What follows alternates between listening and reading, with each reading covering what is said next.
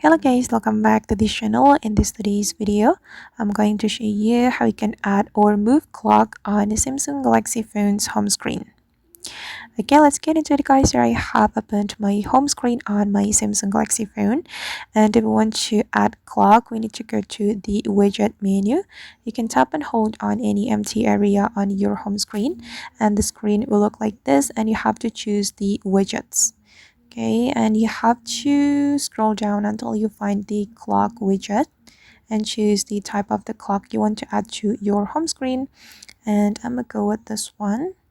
Okay, I'm going to add it to my home screen, and now the clock has been added, and I'm going to move it to the main home screen.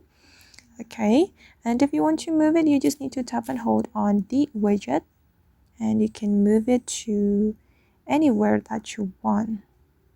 I'm just going to place it right here. Okay, and if you want to remove it, you can tap and hold on it and select remove. Alright guys, and that's all the way to add or move clock on home screen on Samsung Galaxy phone. I hope this video will be useful for you. Thank you so much for watching, and see you in the next video.